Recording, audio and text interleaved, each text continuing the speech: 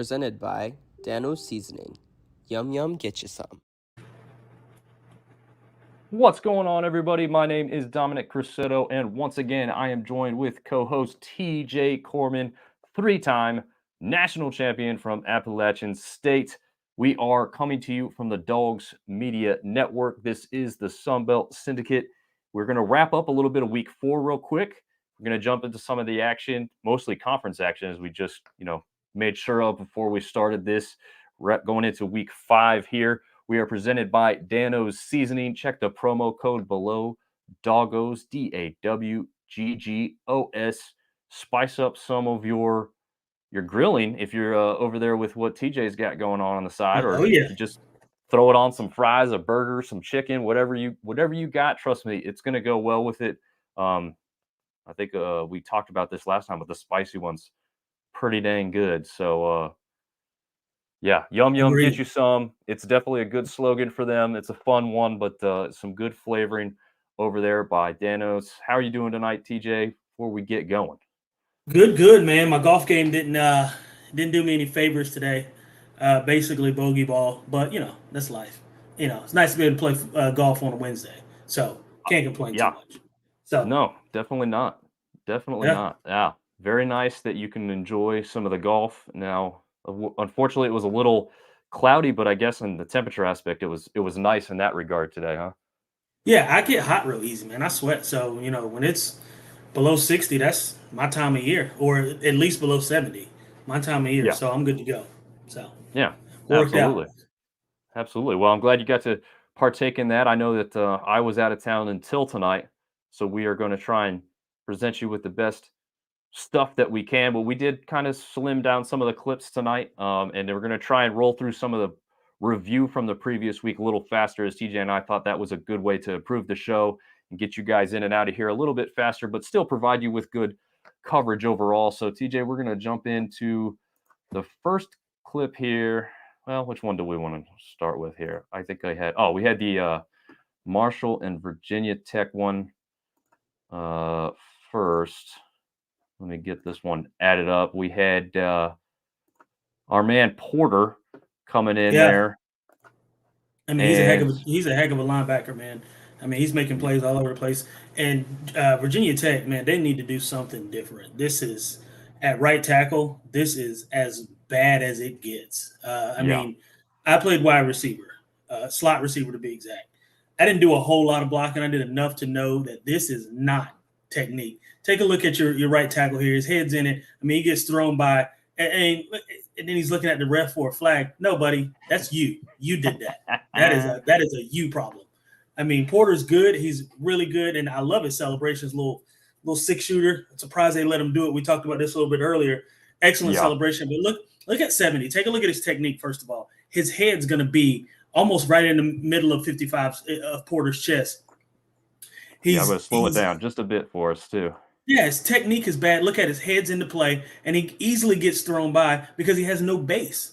He's not in any kind of stance. He has no base. He hasn't locked out at all. I mean, and it's just poor technique, and it speaks to Virginia Tech's team as a whole this year. I know, we want to give credit to our, to Sunbelt Conference for having beaten a P5 school, and obviously kudos to them. And it's I hate saying a team's not very good because it doesn't give credit to the job that a team like Marshall did against Virginia Tech. However, we got to call a spade. And that right tackle, that is as porous as it gets at right tackle. I mean, they've got to do something different. So great job by Porter. Awful play by Virginia Tech's right tackle. Absolutely. No doubt about it. And then we're going to jump into one from Thursday night that really got us started off when we had Georgia State going up against Coastal Carolina. Darren Granger had himself a game. We're going to see one of his first touchdowns. Well, their first touchdown overall here in this one. Let me see, make sure that's playing for you there. We're ready to roll.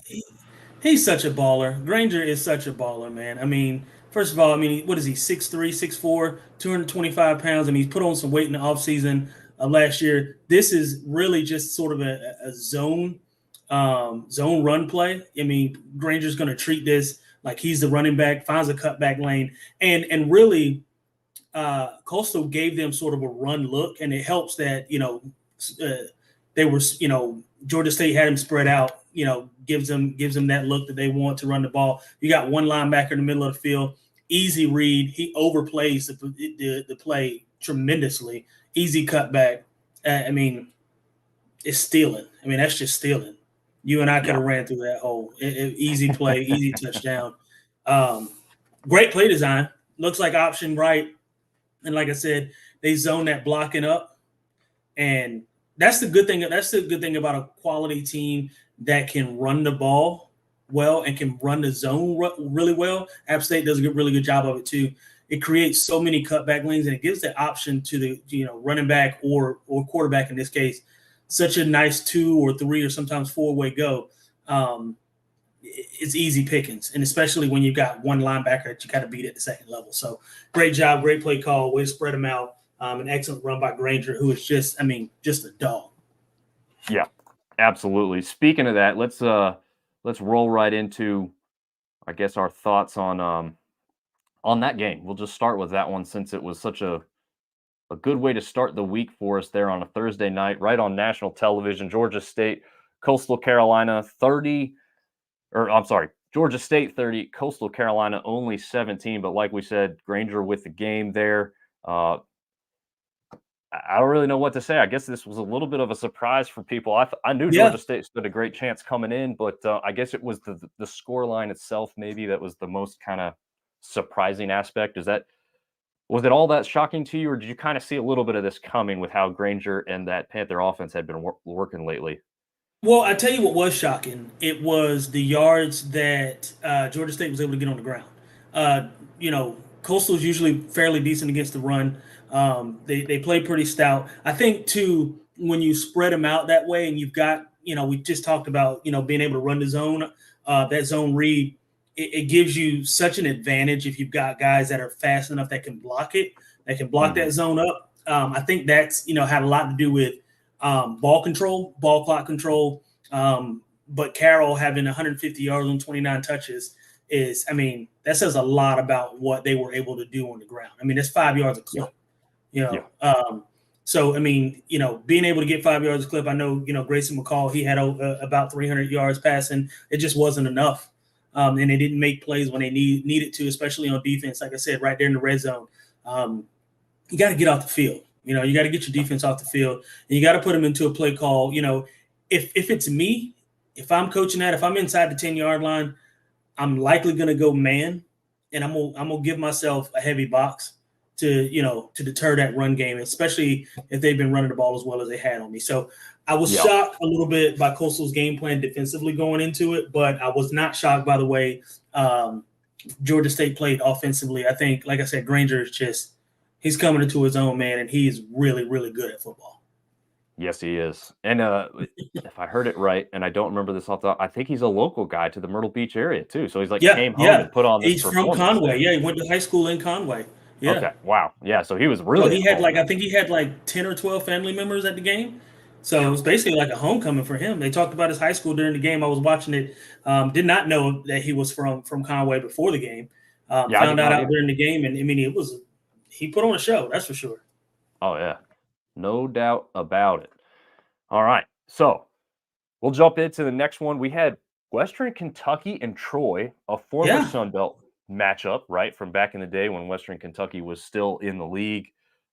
This one was a great one, 27 for Troy. Western Kentucky close by with that 24 scoreline.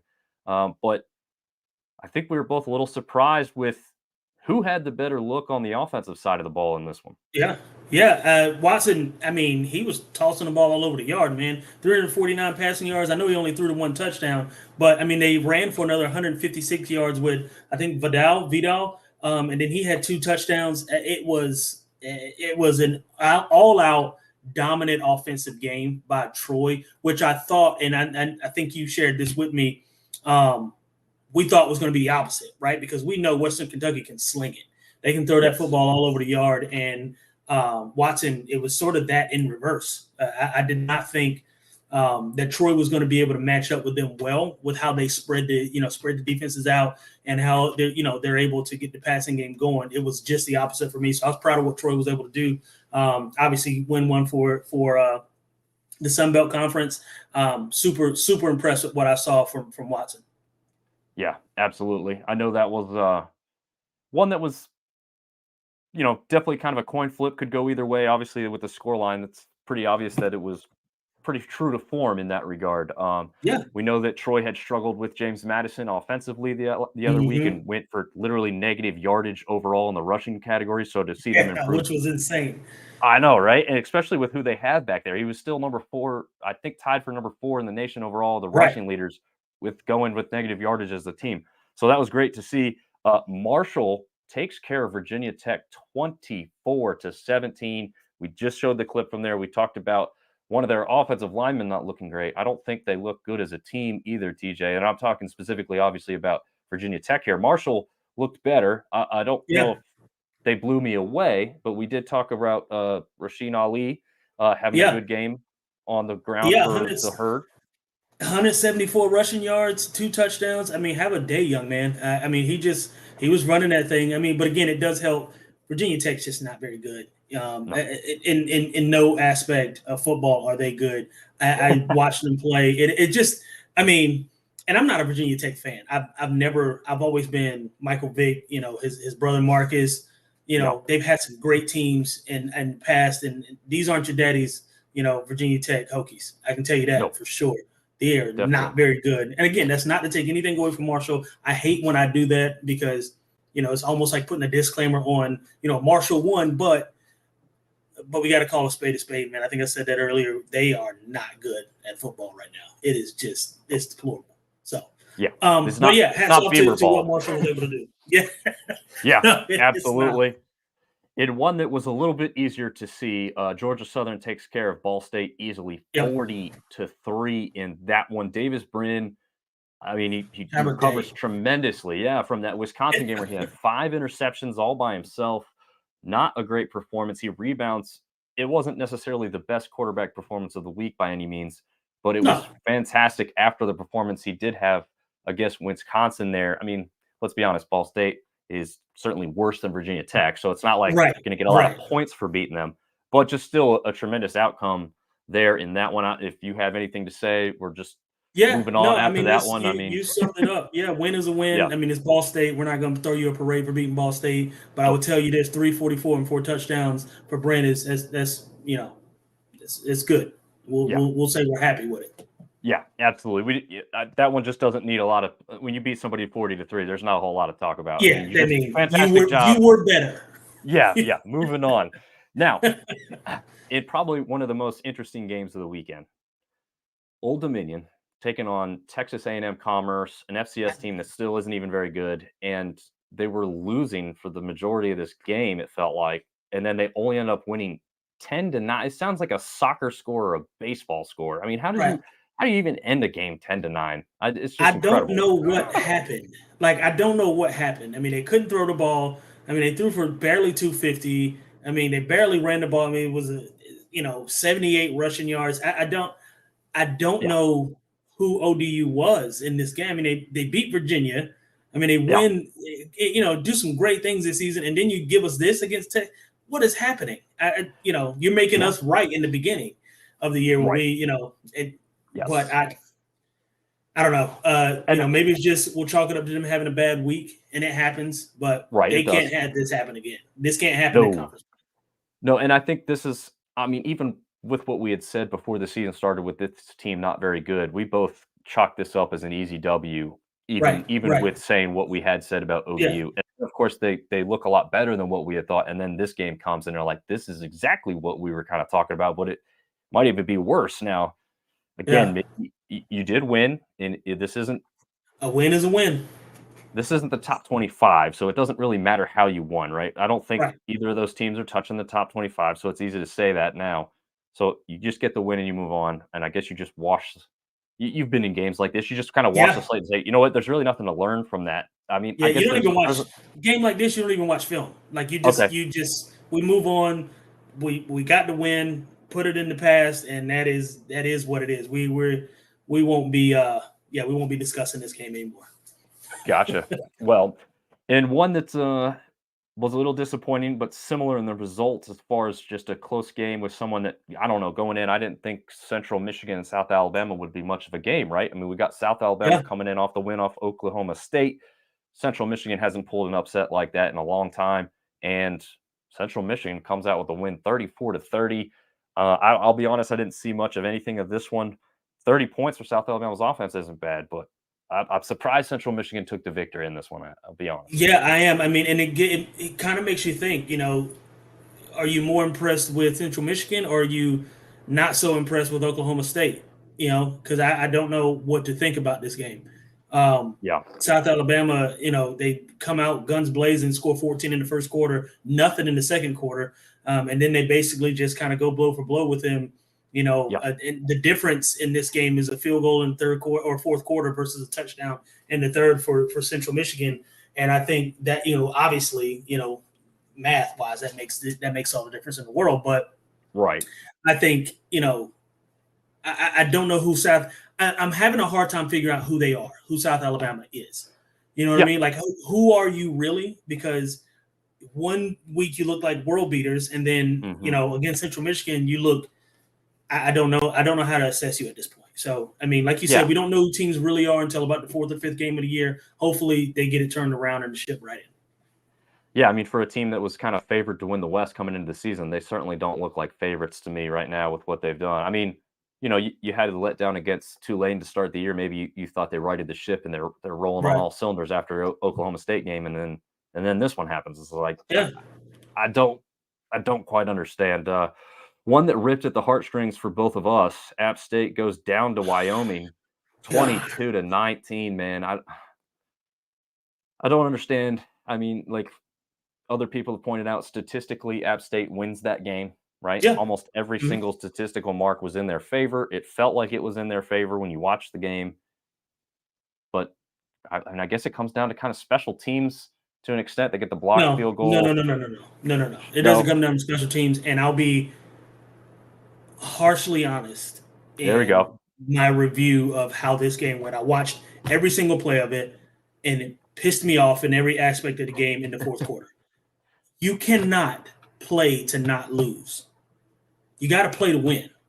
Yeah. And being conservative on first and second and third down, not opening up your playbook, that will get you beat against teams that are good. Wyoming, they don't suck, right? They just had a hell of a ball game last week against Texas.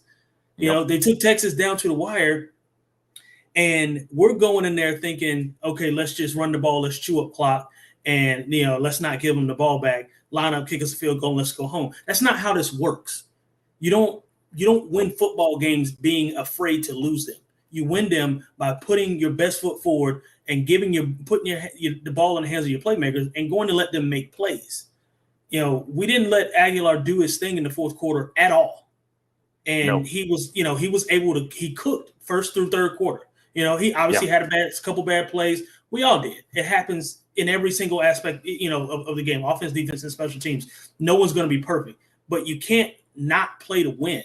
And that's what happened. And I hate, I don't like to talk about Sean that way. And I'll obviously, being a homer, you want to be as positive as you can when you talk about, assessing the game, but I also got to be honest and tell you what I saw. And what I saw was a team that looked, a coaching staff that looked scared to, I don't want to say scared. I'll use the word playing to not win, playing to not lose. And that's not how you win football games. That's how you open the door for other teams to beat you. And that's exactly what happened. Yeah. Yep. I was yelling at the TV quite a few times. It felt like just made no sense. Yeah, and I felt like the playbook wasn't even closed up all the way until they got to the red zone, and then they were just kind of like, okay, we'll just kind of force the run a little more often. It's like, yeah, but the pass was working all the way upfield here. I mean, do it. I don't know. Dance with the girl who brung you. You know what I mean? Like, right. It spread the ball out. Get the ball out of the. I mean, at least make them fear a pass. I mean, they didn't even call a play action pass. Like nothing happened. And you can't win football games playing like that. And the more I think about it, the more pissed off I get because, Stevie Wonder could see that game plan was not going to get them to win. Like, we were about to kick the field goal, and in my mind, I was like, even if he makes this, I'm not happy. And I was like, something's going to go wrong. You always think it. There's a chance that something will go wrong. And sure enough, we're known for blocking field goals. And guess what happens to us? Because we're playing too conservative. So, no, that's all I got to say. I don't want to keep doing this one with that. Yeah, it's going to keep pissing me off. It was a tough one, that's for sure. Even my brother, who did not play at the level you did, played a little bit Division III, but he was asking me the same questions, like, what are they doing? It's like, well, yeah. I can't tell you. I didn't play the game, so I'm not the guy. But it was mind numbing there for a little bit.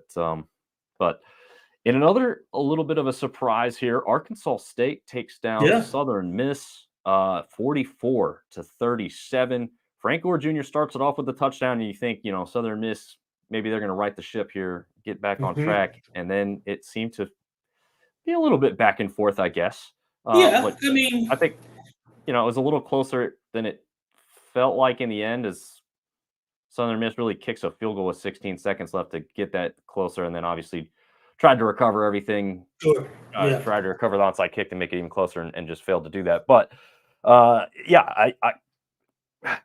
definitely a little surprised by this. Not blown away, I guess. But what are your thoughts, if you got any, on this game specifically, and what these two teams maybe are? Well, we could talk about what they've got going on next week when we get to some of those matchups. But where do you think they are right now?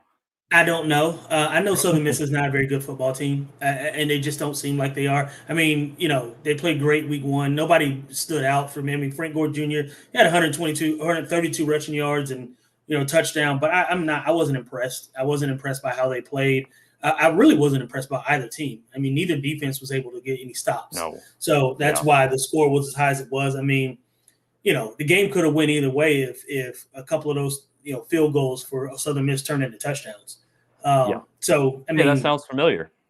Yeah, imagine that. Two black and gold teams kicking field goals over touchdowns. Yeah, not to mention my Dallas Cowboys, who can't. Don't understand. 0 for 5 in the red zone on third down. It's like what's going on, man? What is going on? Score a touchdown, bro. Yeah, I was watching that one at the airport. I was just waiting on a delayed flight, and I couldn't believe what I was watching there. I will tell you this: I'm a fan of Josh Dobbs, man. I like that guy. I like how he plays the game. But I like his mindset. You didn't love seeing it too.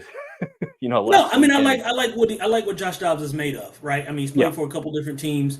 He's never been the guy, but he's always been ready, and it's something can be said for a guy who is always ready to play. And it's called being a professional. And Joshua Dobbs is a professional. It's guys like him, guys like Teddy Bridgewater. What's the backup quarterback? He played at NC State. I forgot his name. Glennon. Yeah, Glennon.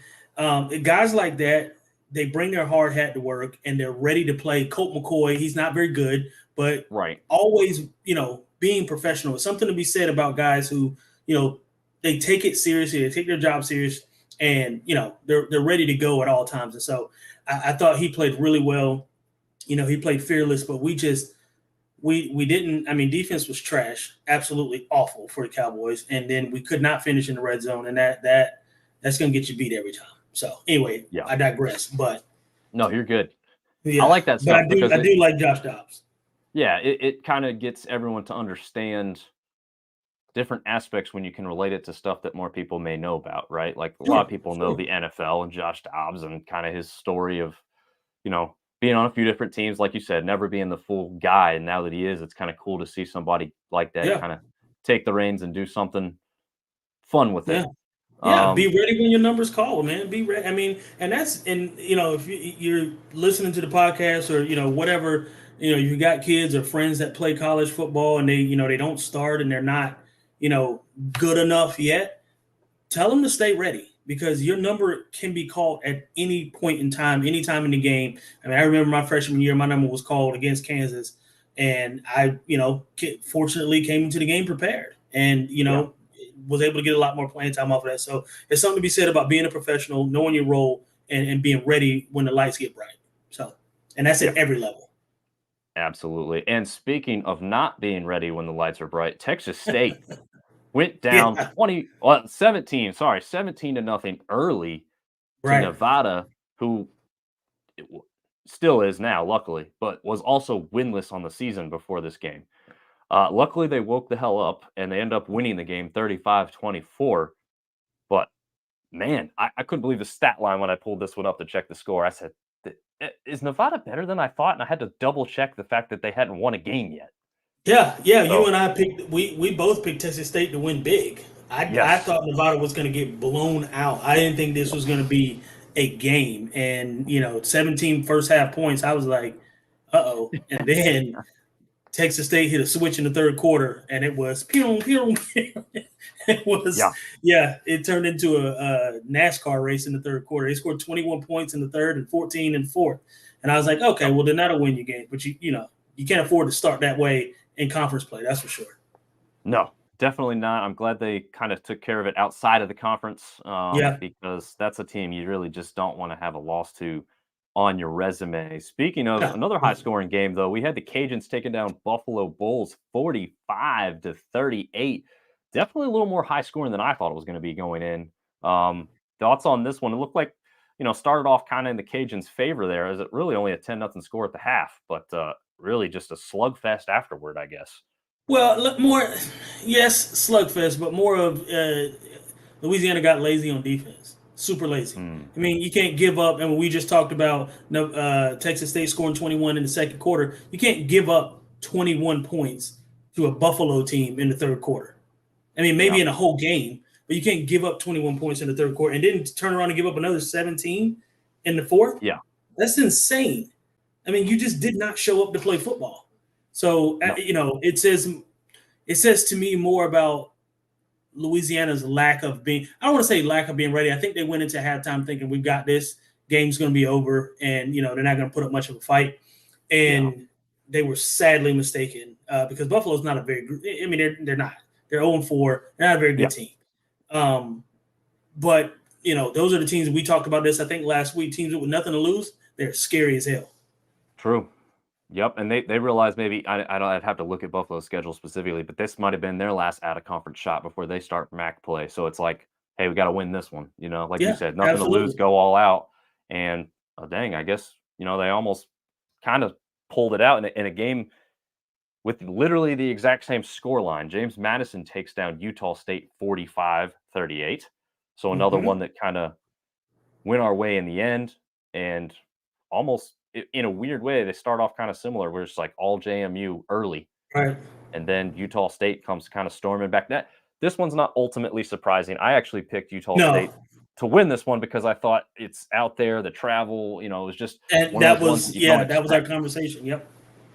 Yep, but it just I guess, like I said, the end score didn't surprise me. How it got there was the kind of surprising part in that regard.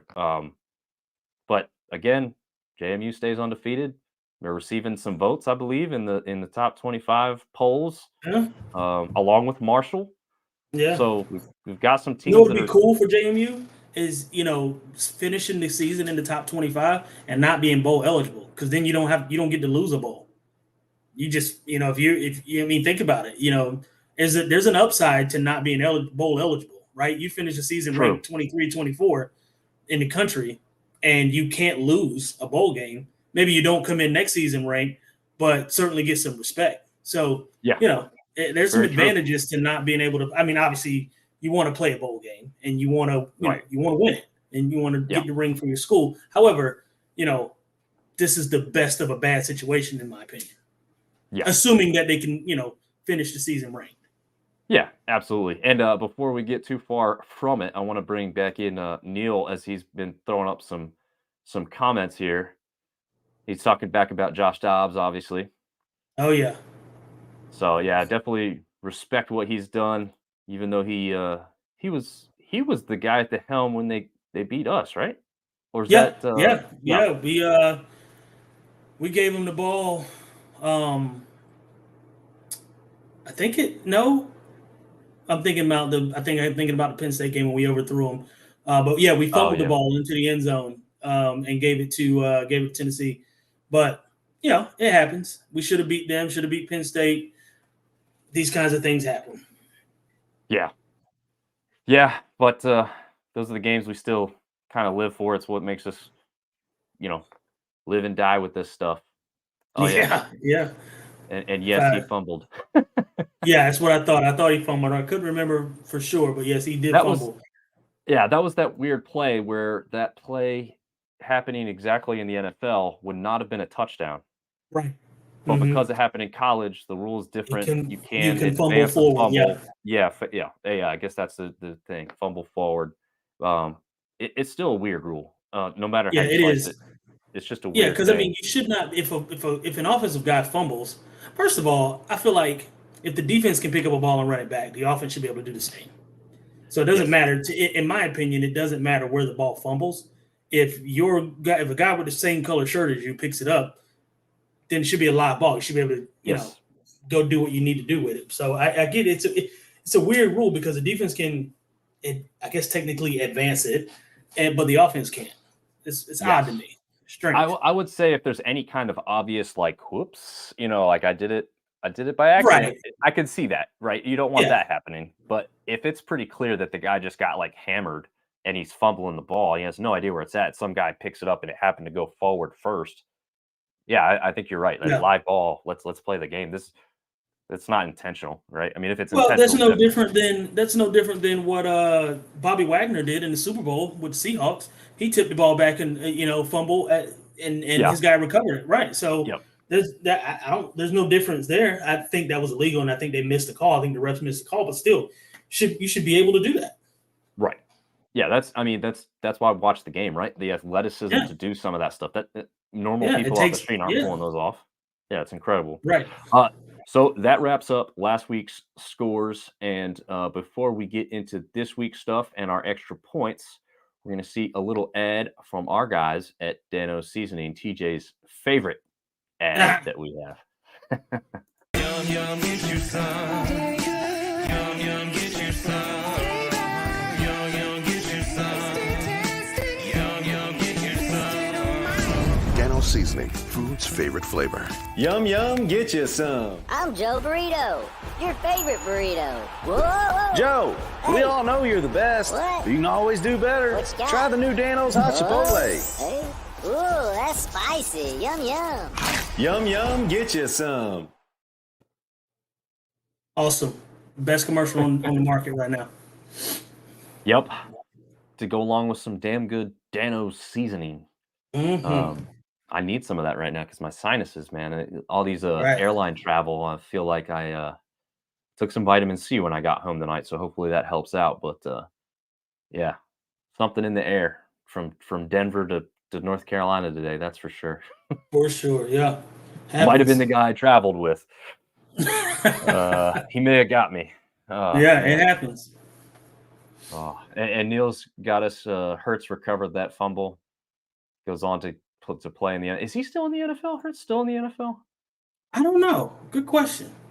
I remember he was a solid back. I remember, man, when he first made it in, there was like 3 solid running backs that App State had statistically done extremely well against before they made it Mhm. into the NFL. Kareem Hunt being the other one when they played Toledo, pretty much Yeah. shut him down for the most part.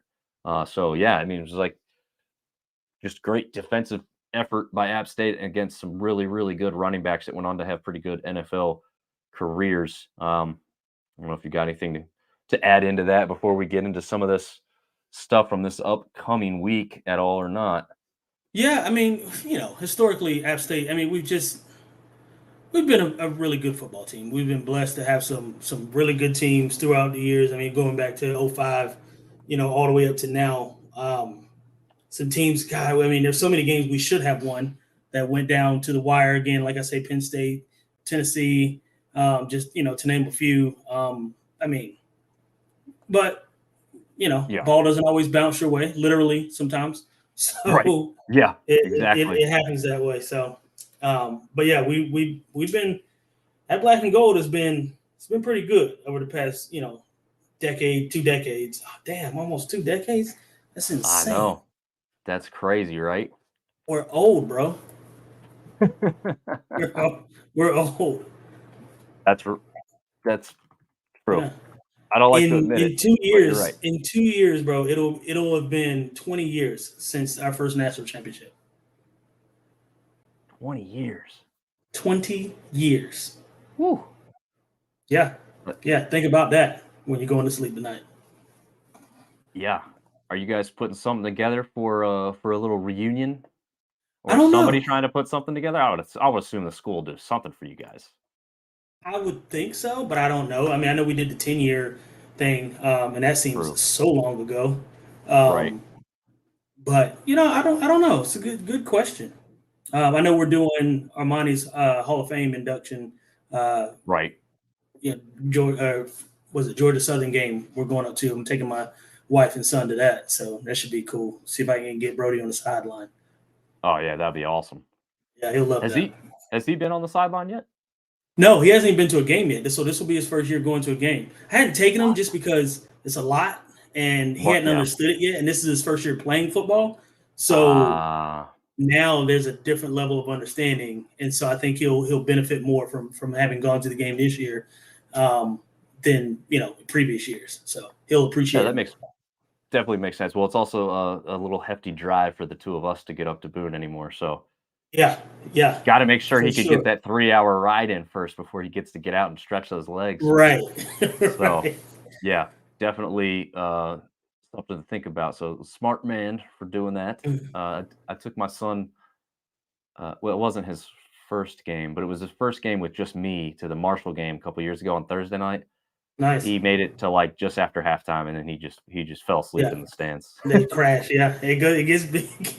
It gets bad quick, man. Once they go downhill, it goes downhill fast. So yeah, it does. But he had a hell of a time before that, so I don't regret it. But yeah, I was holding him in my arms for a lot of that one. Speaking of, I'm not really speaking of anything, but getting into this week's games here, we'll go to the first one on the docket. It's going to be a 12 Eastern kickoff between Louisiana, who's 3-1, and Minnesota, who is 2-2 so far on the year.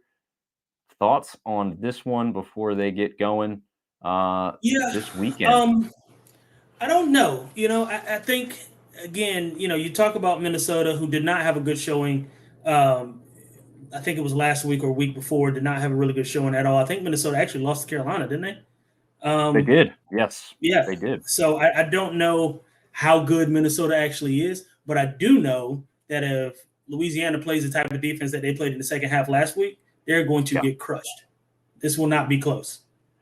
So Louisiana had better show up defensively. Offensively, we know that they can play. As a team, we know they can play. They're a good football team when they want to be, but they're inconsistent, especially on defense. And you cannot, against a Big 12 team, or excuse me, Big 10 team, you cannot be defensively inefficient. So we'll see, how they do against Minnesota. But it's going to largely depend on what that defense does the entire game, not just, pick a half to be good, because that's going to get you beat. Yeah. And I think it's hard to say because we don't see enough of this in the Big Ten. I don't feel like most of the quarterbacks there are pocket passers, but it'll be interesting to see what Zion Chris looks like against a Big Ten defense like this, because at this point, as we've talked about already, he's still developing a little bit more as a passer, but he's definitely a great scrambler. So it'll be interesting to see how he looks against a bigger line than he's been going up against, right? With these big boys from Minnesota. Really interesting matchup here. Can't just base it off of the records. There's a whole lot more to read into than this, but I still think it's a great shot for Louisiana to come out with the victory. Yeah, don't know if I put money on it, but they're capable of winning. They can win this game. Like you said, Yeah. I'm not betting my mortgage on it for next month. However, they can win this game if they play the way they're supposed to play, but we don't know how that's going to go. There were two completely different football teams last week from one half to the next, defensively anyway. And so you can't have that. So we'll see. We'll see how it goes. Yeah. I'm picking obviously Minnesota, but I would not be surprised if I read the ticker and it said Louisiana won, if that makes sense.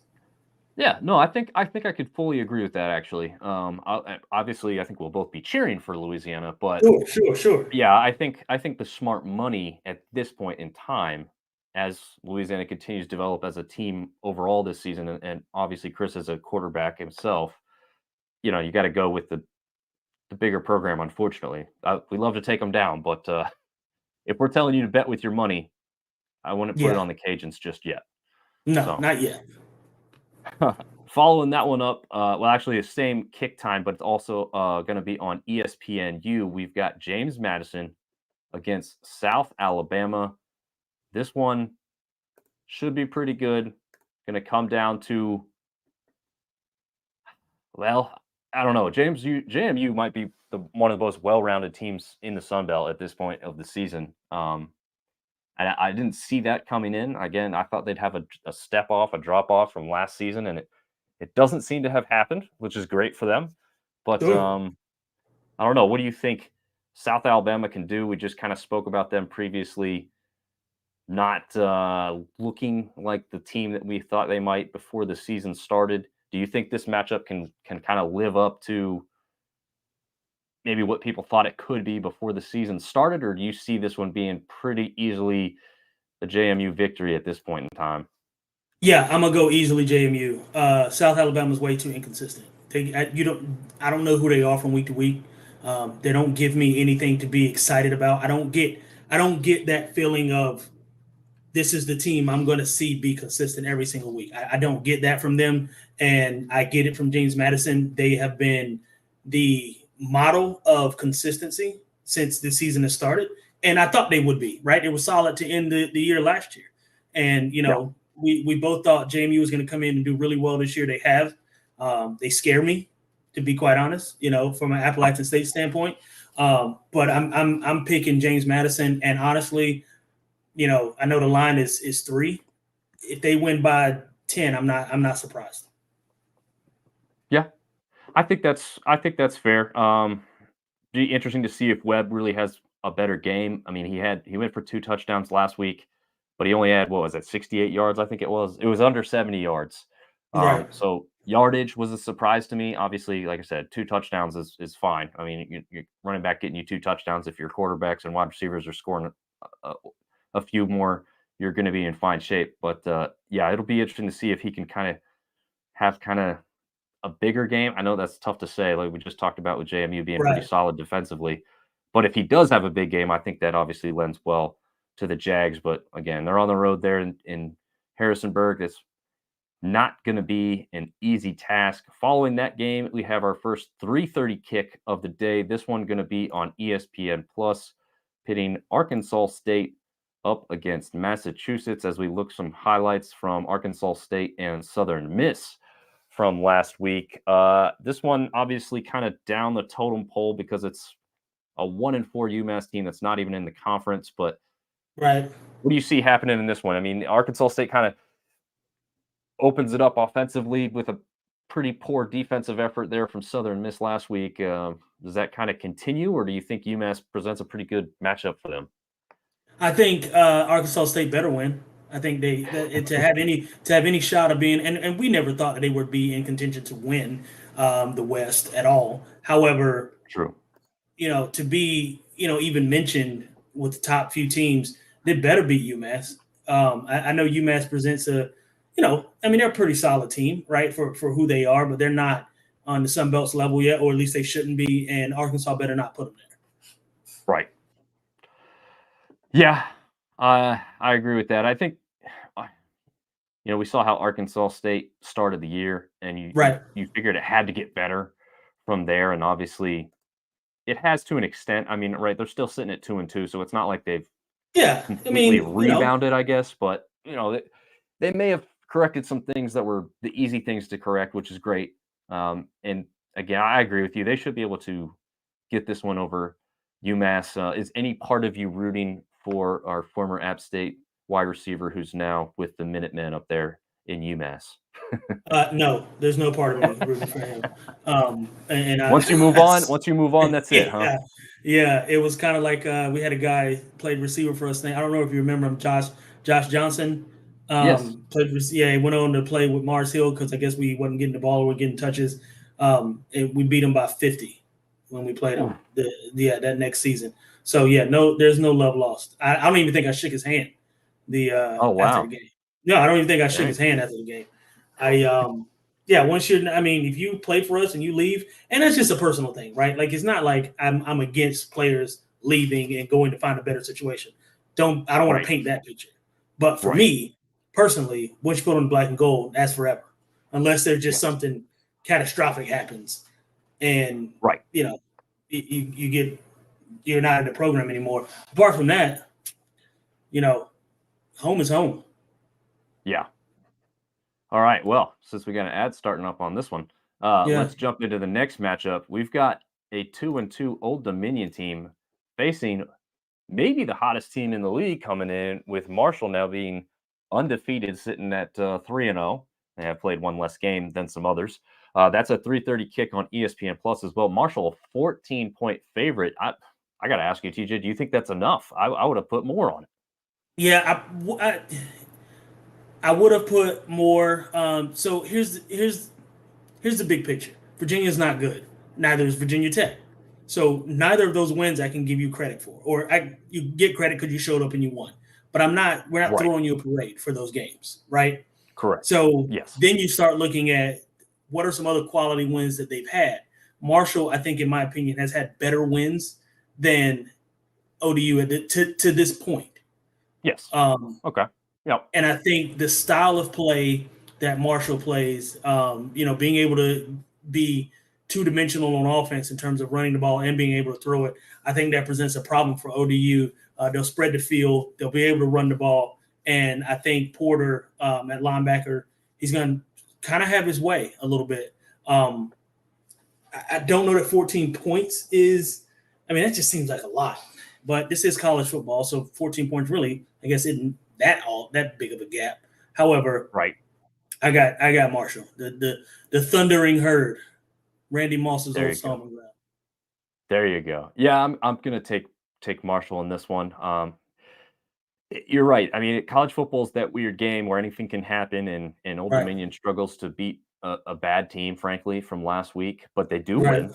And so they're still got some kind of confidence coming into this one. And it's kind of like you said too, not that ODU is terrible sitting there at 2-2, but they still also have nothing to lose at this point, right? So maybe they play a little looser and Marshall plays a little too tight with some expectations that if they keep winning just 2 or 3 more games and some teams in the top 25 fail to, keep winning theirs, that they could end up in that top 25 ranking. So it's probably a little early, a little premature on that kind of talk, but I think it's possibly a realistic expectation.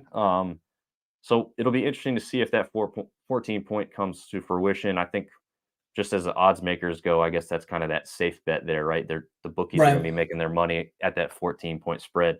But interesting nonetheless. Next up, we have Coastal Carolina and Georgia Southern kicking off at 7 Eastern on the NFL Network. As we look going to be a barn burner. I think that's going to be a great game. Think so?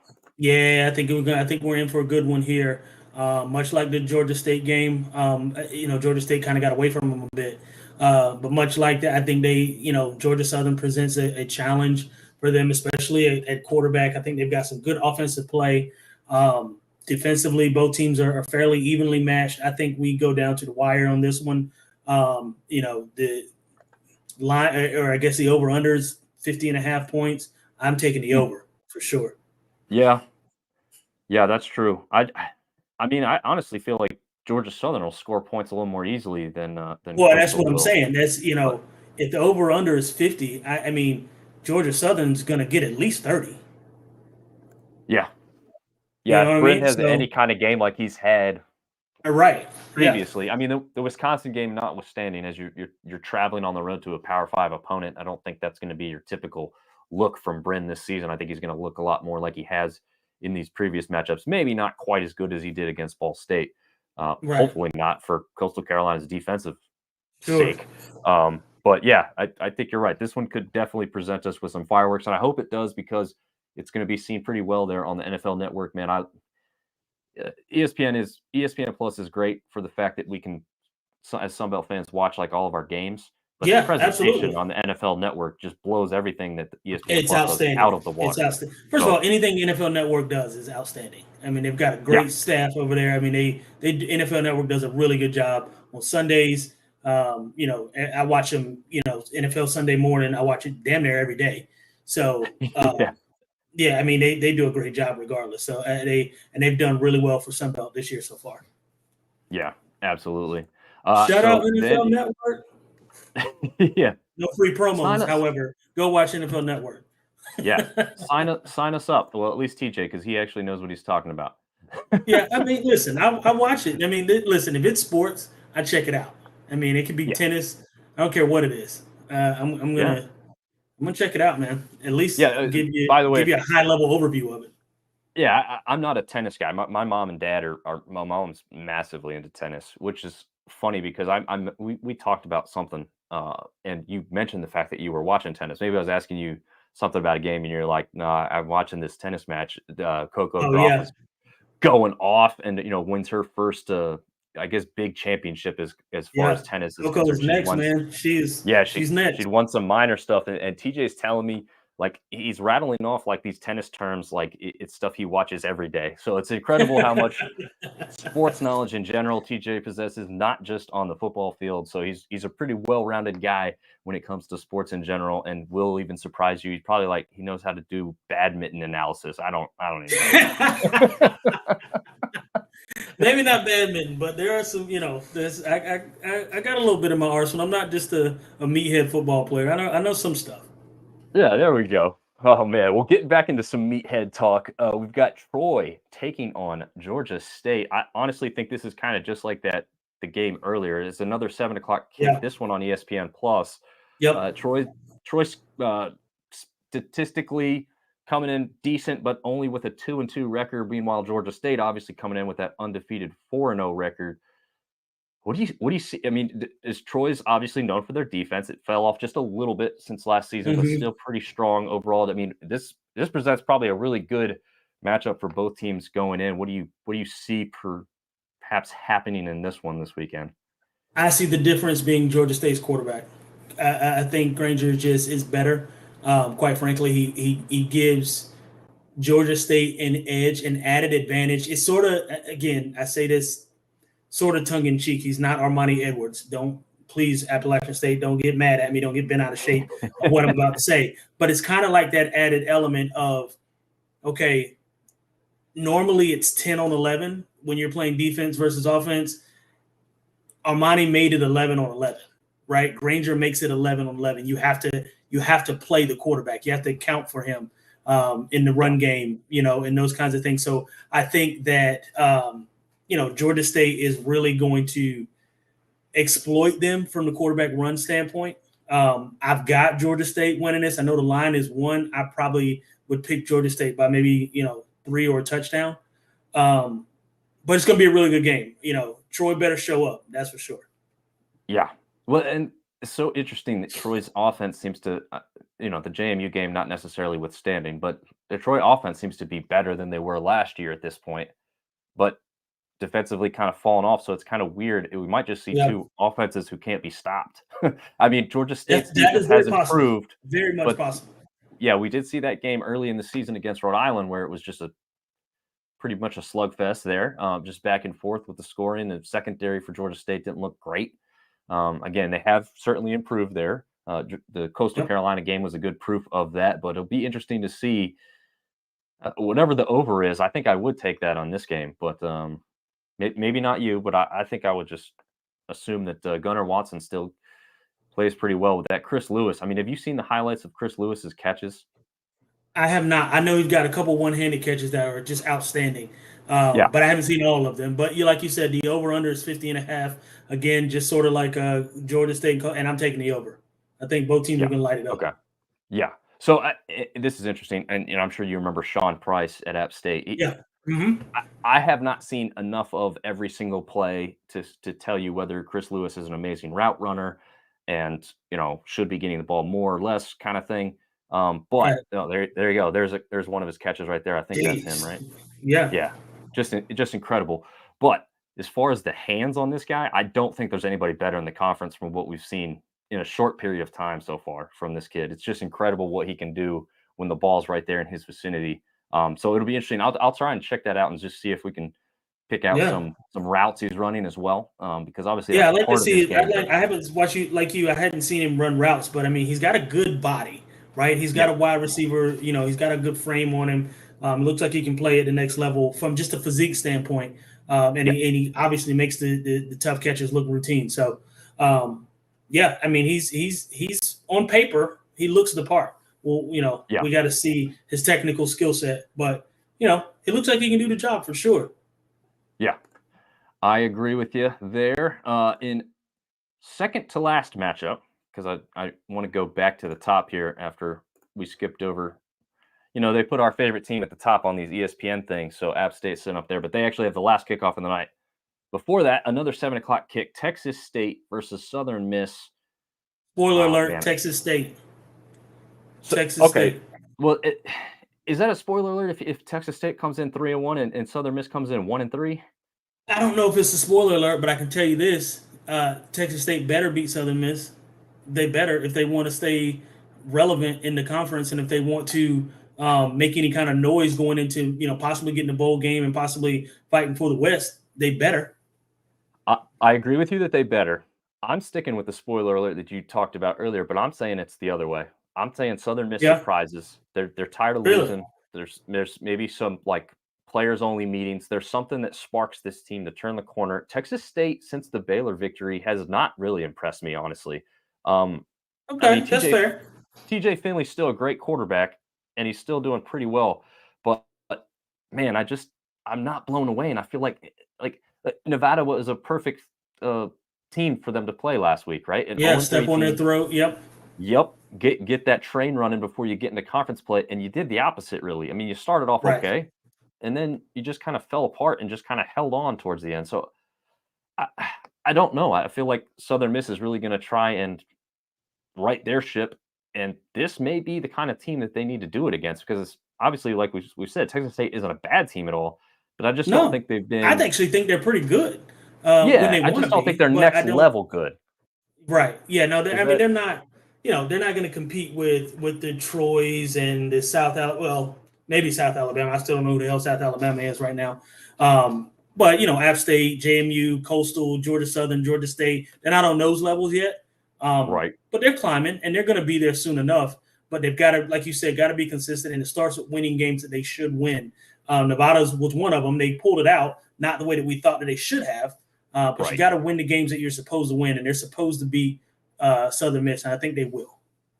Gotcha. And we got a comment from Artie Cat here. Must be a Texas State fan. Talking about Joey Hobart. Sorry, probably butchering that there for whatever reason. It seems like an easy name to say, right? Had some sick catches, and you notice how he spells sick there with the S-I-C. He's got another Mm-hmm. comment here. Uh-oh. Okay, Artie, what do we disagree with? Probably me. If I had to guess, it's probably me and my take on Southern Miss possibly winning this game. Let's see if he Yeah, comes I back with mean, another I hope comment. so. I don't think. I mean, I don't know that Southern Miss is good. I just don't think they're good enough yet. I think they're on the way, but I don't think Texas State, like I said, Texas State is the better team on paper. They're the better team in terms of their overall performance so far this year. Yeah. Again, upset, I can kind of see it, from your perspective. Southern Miss goes out there and gives them their best, absolute best game. I just don't see that. I don't see it happening. Gotcha.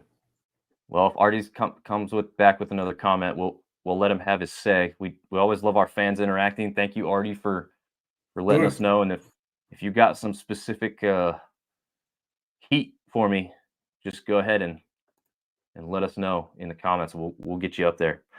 In the last Absolutely. game of the night, speaking of rebounds, hopefully our It team better can be. rebound It here absolutely better be a freaking rebound. as we watch the painfulness. Actually, this part was fine right here. This part Yeah. was great, but we've got App State facing their first conference game of the year at 2-2, going down to UL Monroe, who actually sits at 2-1. And their one loss was kind of lopsided, which we had the feeling it was going to be coming in. Yeah. Is this the perfect opportunity? 8 p.m. kick, ESPN Plus, App favored by 13.5. Is this a good game to right the ship for the Mountaineers? Yeah, I think it is. I think it's a bad time to be UL Monroe. I think App's pissed off. 2 losses on the season that they, quite frankly, should have and could have won. Could have and should have won. This being the most painful of the two, obviously. Yeah. It helps that both of those losses were out of conference, for sure. But I think this is a get back game. This is a get right game for App State. It better very well be a get right game. I don't see Monroe having enough firepower. I mean, we can, for all intents and purposes, we can do whatever we want at any point of the game. It's just a matter of coaches calling the right plays, getting us in the right positions, us taking advantage of what the defense is giving them. I mean, this is a prime example of it. You got guys right now for Wyoming, they're playing 10, 12 yards off the line of scrimmage. Look at, quick stop all day long. Right. And I remember a time playing with Scott Satterfield, where if the defense was giving us a 5 or 6 yard cushion, we just call quick stop all the way down the field until they come up, and then we're hitting them over the head with Dexter Jackson. So it's you take what they give you. It's called smart coaching.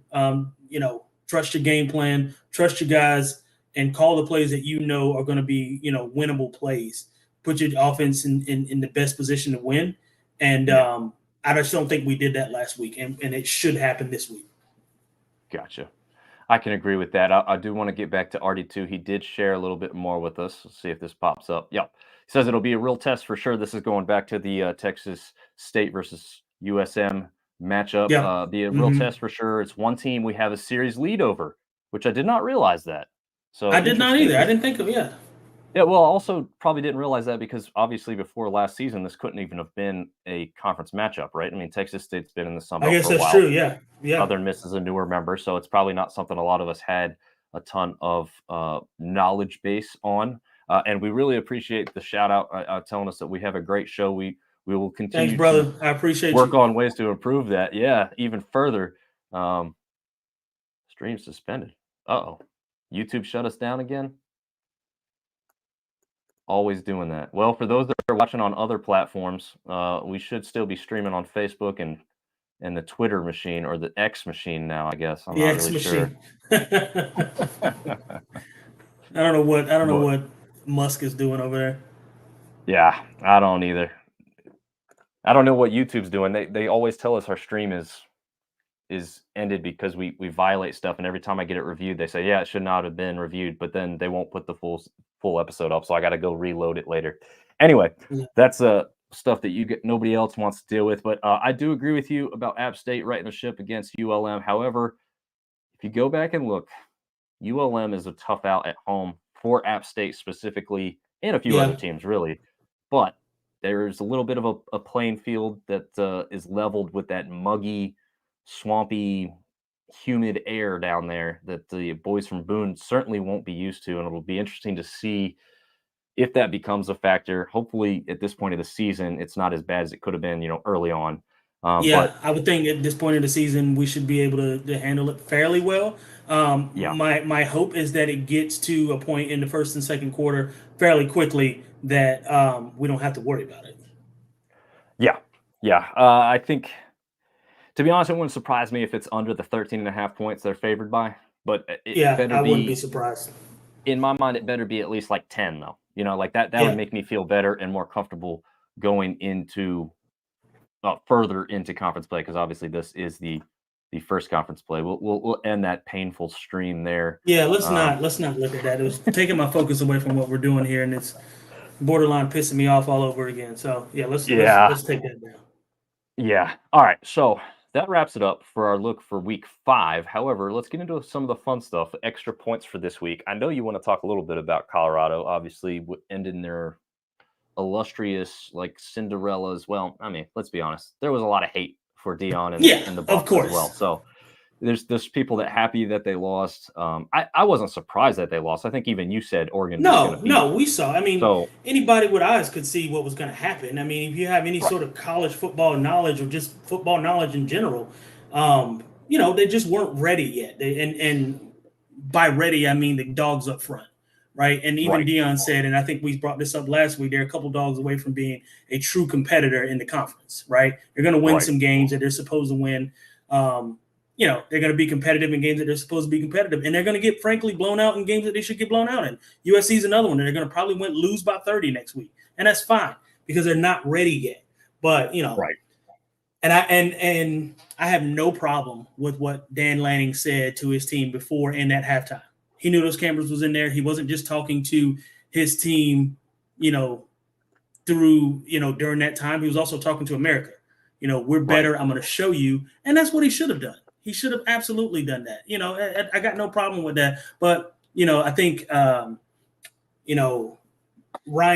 Clark on ESPN said it best. He was like, "But don't act like you're not in it for clicks too," because Right.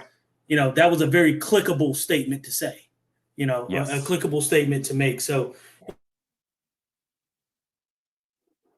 He definitely knew what he was doing. I think we might have dropped TJ out for a second. We'll see if he comes back in as we but he take knew a what he look was at. doing.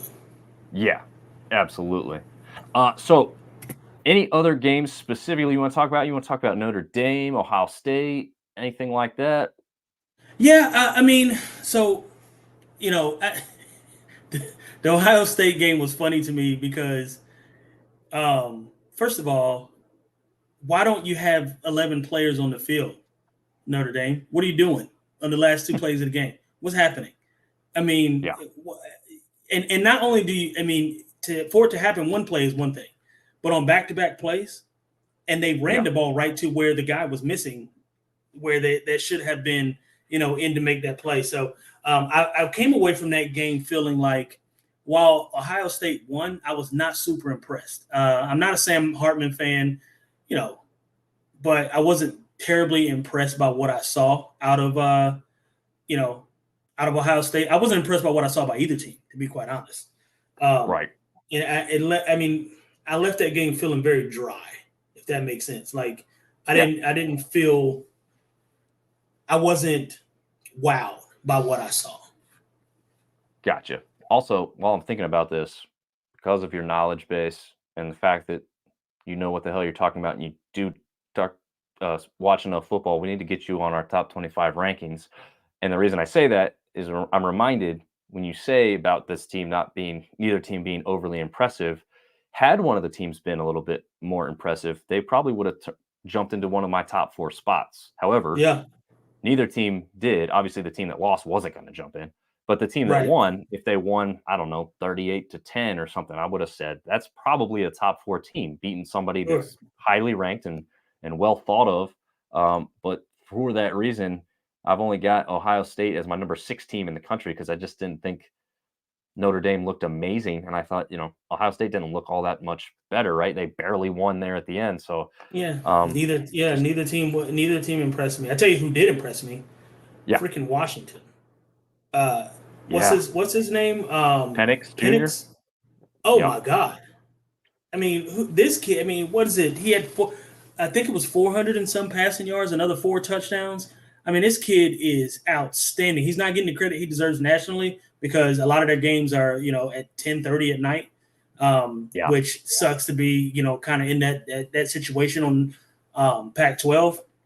Right. But my God, is he lighting it up? I mean, this dude is outstanding. I mean, every single game he plays, he makes, I think right now it's sort of a 2-horse race for the Heisman with Caleb Williams and Penix. I think those two guys are neck and neck. I mean, obviously I give the nod to Caleb just because he's Houdini back there. I mean, it looks ridiculous. He's the college version of Mahomes. Yeah, I mean, he is. It looks crazy, the things that he's capable of doing. But Penix is certainly not far behind. Yeah, definitely not. As we take a look at some of the highlights from that one, and we had Neil jumping back on the stream that didn't get ended over there on Facebook. Let me see if this one's popped. There we go. ULM better defensively, weaker offensively. We should win. Humidity big factor than altitude. Yeah, I could agree with that. I don't think the altitude in Wyoming really did anything to the boys from Boone. I mean, I know it was a difference, but I don't think it was. I mean, I'll be honest, it's not the same factor because I was not performing at a high level, but I was just flown into Denver, like I had mentioned earlier, and I went for a run, and like I did not feel the least bit of I've been in to altitude. Yeah, I've been to Denver. I was went to Denver a couple years after I graduated from App, and while it is thinner, but I'm not. It didn't take a whole lot away from me. Oh yeah, I did see Neil was talking about Ryan Day losing his mind over Holtz. First of all, Ryan Day, like, calm down, bro. Just calm down. Like, what are you doing? I mean, what he said about our team. I mean, we're a bunch of tough. Those guys are tough. So, what do you want us to do? You want a cookie? You're supposed to be tough. You're Ohio State. We expect you to win. We always expect you to win. Like, unless it's a close game with Michigan or you're playing Georgia or somebody in the SEC, we expect you to win all the time. And even then, in those cases, we expect you to win. So, talking about what Lou Holt said, couple weeks prior, and making that your focal point for your team's toughness, and that wasn't even a game, in my opinion, that you brag about after. Like, be glad you won. Go home, go to sleep, take a nap, whatever it is that you do. Watch some film, whatever it is. But don't get on here talking about how tough your guys are, because that game did not look awesome. I was not. Was not impressed.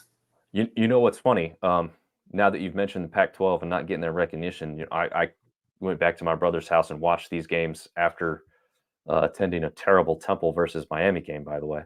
But the game that we couldn't stop watching was Washington State and Oregon State, 38-35. Cameron Ward and TJ, I jokingly say ukulele because I cannot pronounce his last name. I can't either. But both of those guys put on a phenomenal show. That Washington State looked a little bit better, and Oregon State was kind of mounting a comeback at the end to make it a little more dangerous and a little bit more exciting. But I'm talking both ranked teams, by the way. Yes, the hits in that one, though. I mean, that's what we were watching. I mean, the scoring was one thing, and it's obvious there's a lot of talent on both sides of the ball, but the defenses were trying to kill each other. I mean, it was incredible. Like you said, the Pac-12, man, I mean, this is the strongest I can remember the Pac-12 being in a very, very, very long time. Yeah. Sounded like Gundy. I'm a grown man. I remember that commercial like it was yesterday. I think yesterday was like the 16-year anniversary or something like that. Man. I'm a man. I'm 40. Talk about me. Yeah. I'm like, come after me. Come after me, not our boy. As a guy, as an athlete, that's the kind of guy you want to play for. But it is you can't deny how funny it is. That is hilarious. Oh yeah, that will never not be funny. I'm a man. No, exactly. I'm 40. Exactly. No, that was great. And his son's on the team now. He was actually playing quarterback against South Alabama the other week. He actually did not know that. How about that? He came in of relief of whoever started the game. And obviously, as we know now, it didn't get much better for them because South Alabama steamrolled them from start to finish. But Gundy's son playing a little bit on the team. I think he probably wasn't the starter. Apparently, Gundy said something along the lines of, like, if anything, I'm harder on him because I don't want people to think I'm playing favorites. So at least, hopefully, that's kind of true in that sense. But, Neil comes back with rocking the mullet. Yes, he is. The mullet is undefeated. We probably have him to blame for all the mullets across the country at this point. I think he started making that cool, Well, I was watching, I can't remember who it was, but one of the kids in the stand, they zoomed in on his mullet. It was an illustrious mullet. I'm not going to lie. Like, it was very well kept. He had the sides shaved up. I mean, it was Joe Dirtish. It was a hell of a mullet. I was like, okay, if you're going to do it, except his was curly and it was long in the back. It looked like a shag carpet. I was like, if you're going to do it, that's the way to get it done. The curl, if you have the curly hair with it, man, it's just pops much better. I could never pull off a mullet with my longer, straighter hair. So yeah. Yeah, it's, something about a mullet and some jorts. That would get the job oh done. man. Yep. You could be selling fireworks by the road just like Joe Oh, Dirt. yeah. Yeah, Actually, absolutely. He I needs a guess flannel cutoff shirt. Oh yeah, technically he was buying the fireworks by the side of the road. He wasn't selling them there, but regardless. Either way, whatever tickles your pickle. But it Yeah. makes sense. So you got anything else college football you want to talk about? You want to talk about any of your Cowboys going down to No, Cardinals in a shocking fashion? unfortunately, I do not want to talk about Dallas Cowboys. I'm happy go LSU. We barely pulled that one out. I don't know what we were thinking against Arkansas, but happy we got the win. That was good. How about Duke being 4-0? Kansas Jayhawks 4-0. Look, a lot of these blue blood schools are undefeated, and we're talking about them in October, and that's weird, but I like it. So we'll see how it goes. Blue blood basketball schools, though, right? Is that what basketball? you Yes, they are definitely not football schools. No. But hey, are you going to try and check out game day at all while they're in town here to see Duke and Notre Dame this weekend? I might do that. We'll see how things go on Saturday. I know I've got to coach my son's football team. We play at 12, so we'll see. Yeah, that's tough. So I don't know if I'll be able to get down there or not. We'll see. It's not very far, obviously, from me. So right. Maybe we'll make it work. Maybe we won't. I also got to ask the wife too, because can't just have her home being taking care of our child that we made together, and she does all the work. So I got to get some level of clearance going on before I can just definitively say I'm going to go to a Duke Notre Dame game day atmosphere. We'll see how it goes. Yeah. I definitely want to be a part of it. My plan was to go there, and then I checked in with the wife today, and we got flu shots lined up in my son's soccer game. And my sister's now, in town, which I did know that part, but I was thinking like, well, she could come with me if she wants to, kind of thing. But I don't know. It's all up in the air at this point now. Yeah, everything's a toss up, and the common denominator, we got wives, and that matters. Yep. Yeah, if we were single, it'd be different, man. We'd already be tailgating early, Yeah, I'd be already out there. Yeah, and I realize it is a night game, so it's not even that you stay and everything. It'll be a big gap in between game day and the actual game itself. So that'll be interesting. I did see that there is going to be a flyover, so that'll be cool. Especially if you're there in person. I don't know if I'm going to the game, but I'll probably be home watching. Hopefully, the Mountaineers take care of some Warhawks down there at ULM. But yes, sir. Yeah. Other than that, TJ, anything else you want to cover from this past week, or maybe even something coming up in this week? I haven't honestly looked at a lot of the other matchups besides the Sun Belt stuff. Looks like we do have a ranked matchup on Friday between Utah and Oregon State. That could be a good one. Yeah, I think that will be a good matchup. I mean, apart from that, I think we're, for the most part, I think everybody else is. I mean, I think Penn State's going to blow Northwestern out. Florida's got Kentucky. Kentucky's going to be a good out for Florida. Georgia, they ought to beat the brakes off Auburn. Michigan, Nebraska. Kansas and Texas might be a good matchup. We'll see. I was going to say another blue blood basketball school undefeated. Yeah, that's an interesting one. LSU, Ole Miss. I mean, LSU coming off a game, with Arkansas that, like you said, a little maybe closer than they wanted or expected, but Ole Miss looking to rebound after that tough Alabama loss that they took. That might be a little interesting. And then obviously that one we just talked about, Notre Dame versus Duke. I mean, that could be fireworks. Could be good. Could be. We got potential for some really good football. So we'll see how it goes. I don't know if it'll be as good as this past week's was. But I think we're looking forward to some good weeks or to some good games this week. Absolutely agree with you. It looks like the next big week could be week 6 with some ranked matchups, but we'll see. Again, a lot of that can still change from now till then. So week 5, a little lighter, and then we get back into it there in week 6. But if that's about it, TJ, I think we're going to wrap up this week's show, and hopefully we can talk to YouTube about what the hell's going on with our stream over there, and we get kicked off all the time. But yeah, get after it. One last comment from Neil here. Watch app beat JMU and Marshall, barring injuries. I called it first. Cowboys will bounce back. See, I like you, Neil. I like Neil. I want to meet you in person, man. We'll maybe make you some Dano's burgers. We'll see what happens. There we go. You heard it. TJ promised him Dano's Burgers. I can hold up my end of the bargain. I've got a 36-inch skillet outside, so we can make it work. We can get some There you smash go. burgers going. I'm going to join Neil as well and jump over there to have one of those as well. But that'll wrap it up for us.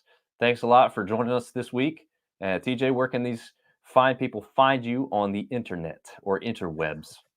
On the interwebs, as usual, Thick Thighs and Large Fries on Instagram, TJ Corman on Facebook, TJ Corman again on Twitter. I am everywhere. So, or I guess X now, right? Not Twitter anymore. Yep. So yeah, look for your boy. Check me out.